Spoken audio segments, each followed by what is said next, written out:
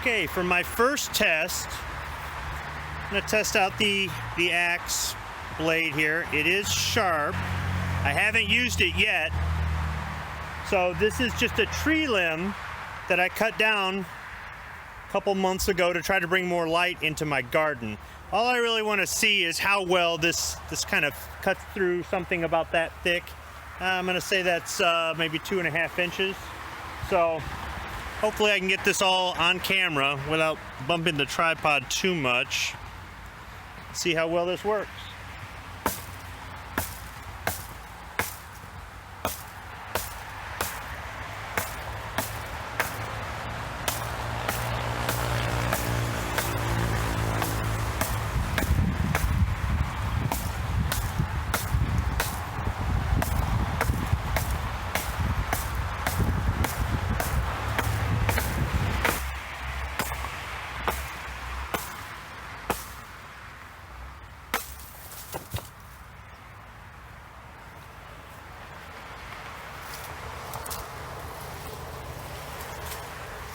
Okay, so it cut through it.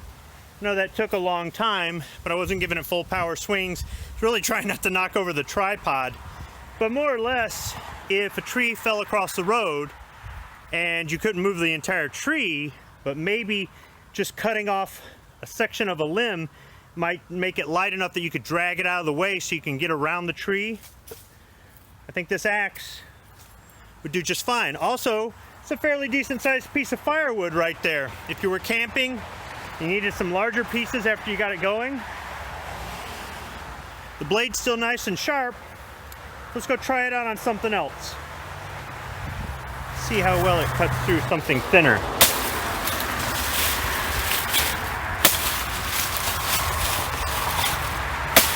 Now granted, I've got something to cut it up against.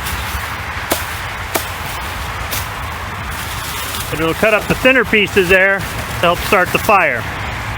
Let's go try out the nail puller. Okay, for our next test, I'm going to use the nail puller. You can see here next to a claw hammer, here's the profile. Hopefully that shows up on camera. The problem I've had so far trying this out is that if the nail head is flush, it's just not going to grab it. So I've got a nail head here that is sort of sticking out. Let's see if I can get it. The length of this handle makes it hard to get in there. I'm going to see if I can use the axe head here, maybe, or axe blade I should say, to maybe raise it up a little bit.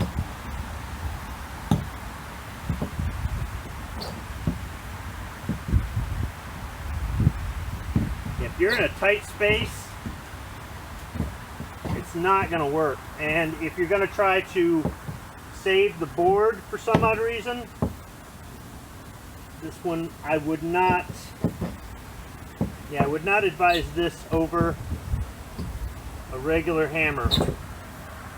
Part of the problem is the length of the handle. In a tight space, you're just not going to get it in there. The other thing is the profile of this head.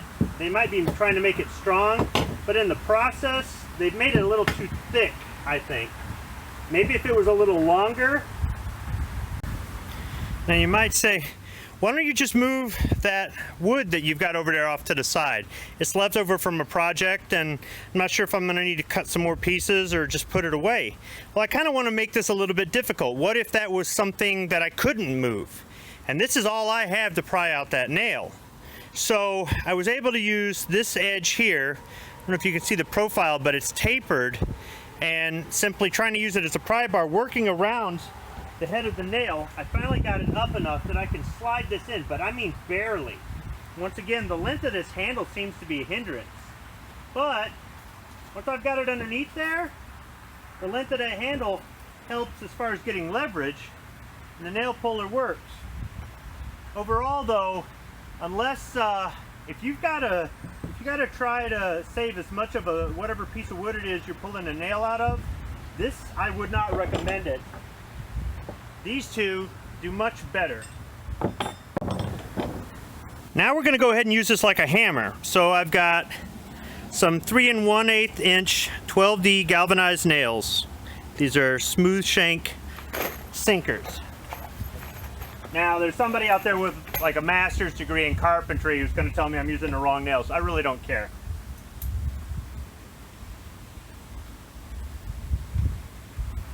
Let's go ahead and put it right next to the spot. Get it started. That worked pretty good. Let me try it somewhere else. Thought I'd go ahead and do one more test with the hammer.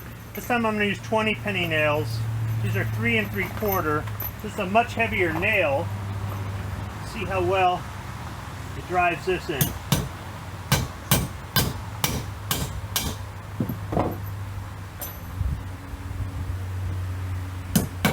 You might not be able to see what I'm doing. There could be too much of a shadow here from the trees.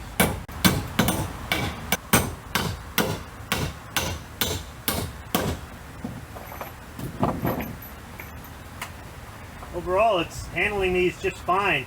If anything, this longer handle, even though this is a small head, this longer handle and this NUPLA grip here gives it pretty good leverage.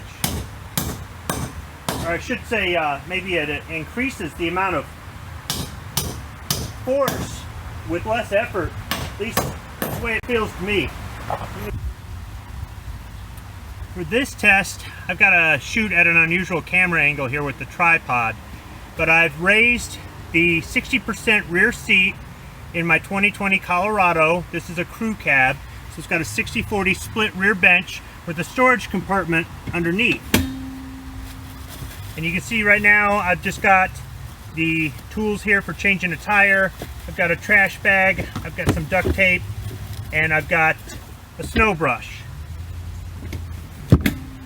So I'm going to the multi-tool in here, see how well it fits. Goes in there just fine with the snow brush. Let's see if we've got room for some more stuff. How about some cut-resistant gloves? Yep, those will fit. M17 gas mask and carrier. Yeah, that'll fit. Wonder if there's anything else I can get in there. So while I'm at it, why not a drop cloth? Maybe some cable ties? And some more duct tape. Why not? For my final test, it's the tailgate test.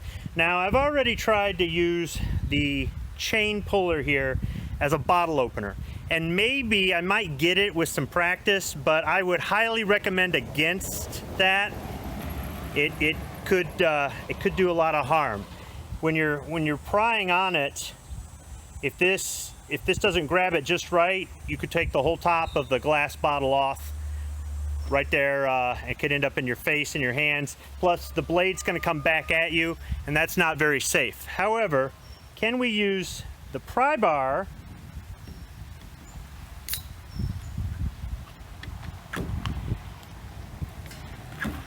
gently to open a can of beer? Yeah, anytime you have an incident with glass, just remember, better get cans. So, there's my long review, or I should say demonstration, of the Off-Road Tools Trucker's Friend multi-tool.